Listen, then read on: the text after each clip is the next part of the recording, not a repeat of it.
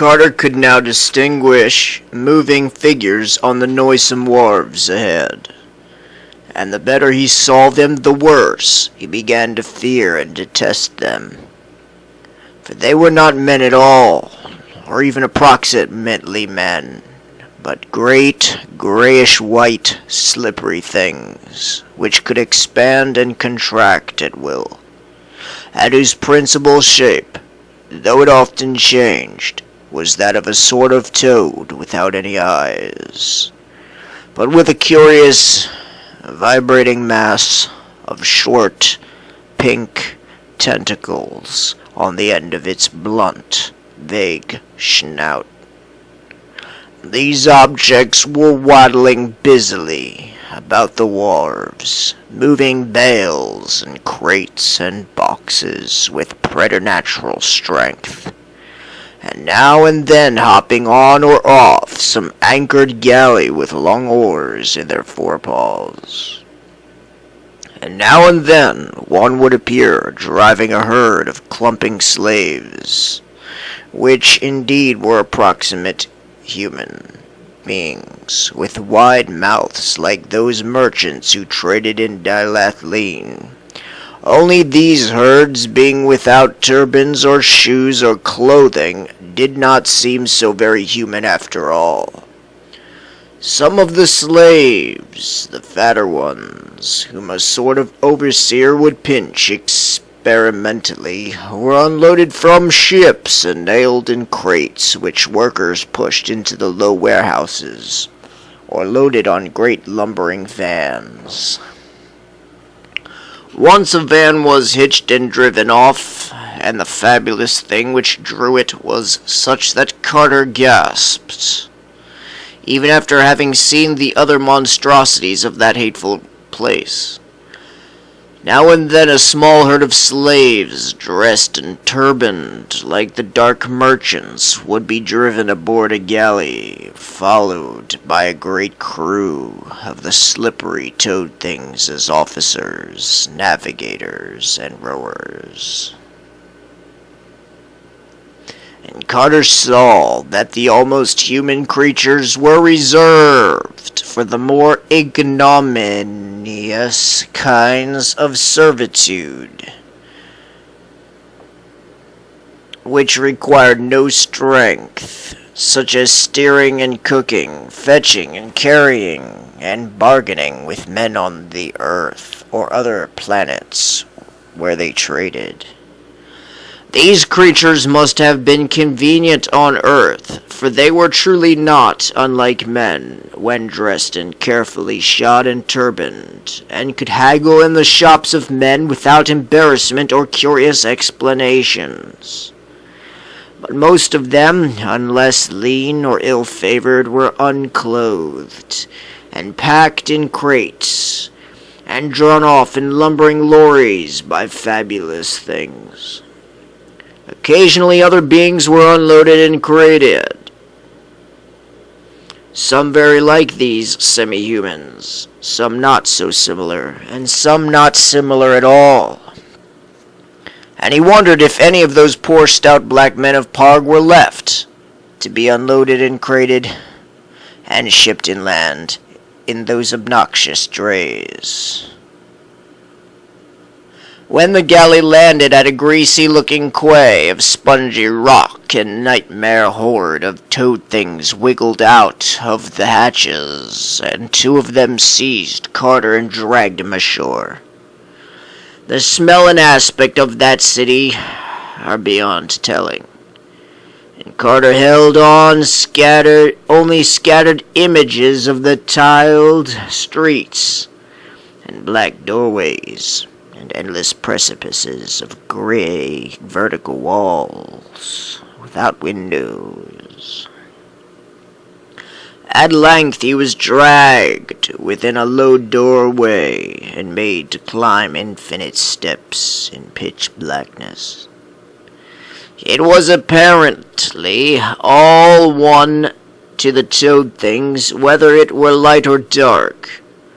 The odor of the place was intolerable, and when Carter was locked into a chamber and left alone, he scarcely had strength to crawl around and ascertain its form and dimensions. It was circular and about 20 feet across. From then on, time ceased to exist. At intervals, food was pushed in, but Carter would not touch it. What his fate would be, he did not know, but he felt that he was held for the coming of that frightful soul and messenger of infinity's other gods, the crawling chaos Nyarlathotep. Finally, after an unguessed span of hours or days, the great stone door swung wide again, and Carter was shoved down the stairs and out into the red-litten streets of that fearsome city. It was night on the moon, and all through the town were stationed slaves bearing torches. In a detestable square, a sort of procession was formed. 10 of the toad things and 24 almost human torch bearers, 11 on either side and 1 each before and behind. Carter was placed in the middle of the line. 5 toad things ahead and 5 behind, and 1 almost human torch bearer on either side of him. Certain of the toad things produced disgustingly carven flutes of ivory and made loathsome sounds. To that hellish piping, the column advanced out of the tiled streets and into nighted plains and obscene fungi, soon commencing to climb one of the lower and more gradual hills that lay behind the city. That on some frightful slope or blasphemous plateau, the crawling chaos waited. Carter could not doubt, and he wished that the suspense might soon be over. The whining of those impious flutes was shocking, and he would have given worlds for some even half-normal sound. But these toad things had no voices, and the slaves did not talk. Then, through that star-specked darkness, there did come a normal sound. It rolled from the higher hills, and from all the jagged peaks around it was caught up and echoed in a swelling pandemoniac chorus. It was the midnight yell of the cat, and Carter knew at last that the old village folk were right when they made low guesses about the cryptical realms, which are known only to cats, and to which the elders among cats repair by stealth nocturnally, springing from high housetops. Verily it is the moon's dark side that they go, to leap and gambol on the hills and converse with ancient shadows. And here amidst that column of foetid things, Carter heard their homely, friendly cry, and thought of the steep roofs and warm hearths and little lighted windows of home. Now much of the speech of cats was known to Randolph Carter, and in this far terrible place he uttered the cry that was suitable, but that he need not have done, for even as his lips opened he heard the chorus wax and draw nearer, and saw swift shadows against the stars as small graceful shapes leaped from hill to hill in gathering legions.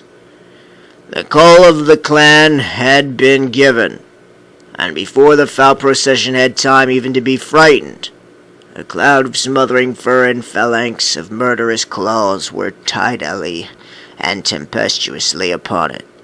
The flutes stopped, and there were shrieks in the night. Dying almost humans screamed, and cats spit and yowled and roared, but the toad things made never a sound as their stinking green ichor oozed fatally upon the porous earth with the obscene fungi.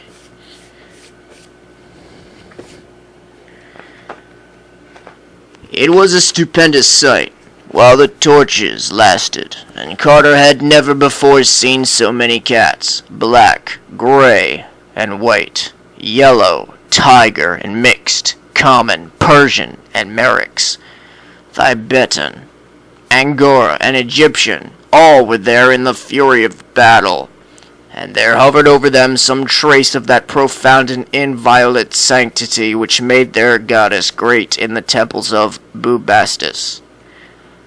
They would leap 7 strong at the throat of an almost human or the pink-tentacled snout of a toad thing and drag it down savagely to the fungus plain, where myriads of their fellows would surge over it and into it with the frenzied claws and teeth of a divine battle fury.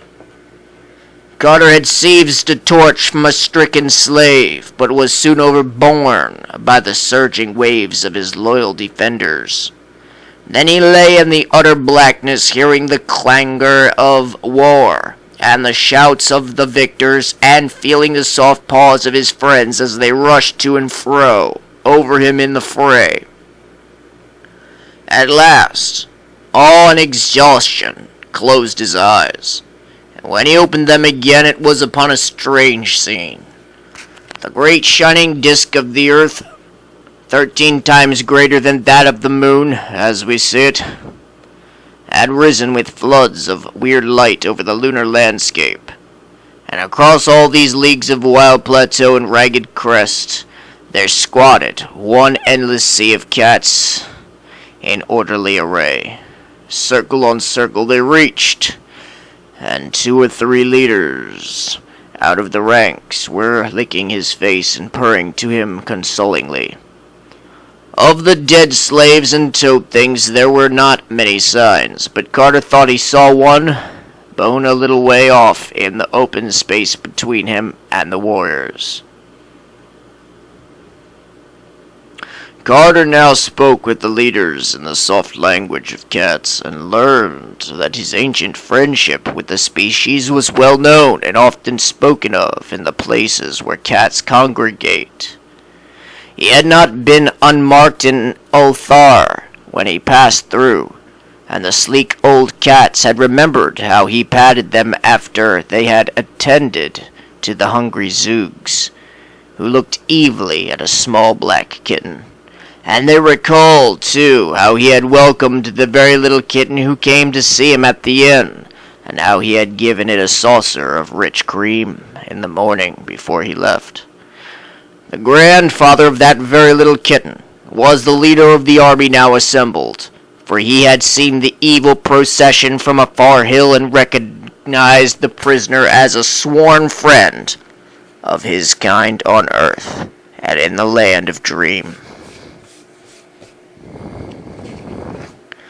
A yell now came from the farther peak, and the old leader paused abruptly in his conversation. It was one of the army's outposts, stationed on the highest of the mountains, to watch the one foe which Earth's cats fear, the very large and peculiar cats from Saturn, whom for some reason have not been oblivious of the charms of our moon's dark side. They are leagued by treaty with the evil toad things, and are notoriously hostile to our earthly cats, so that at this juncture a meeting would have been a somewhat grave matter.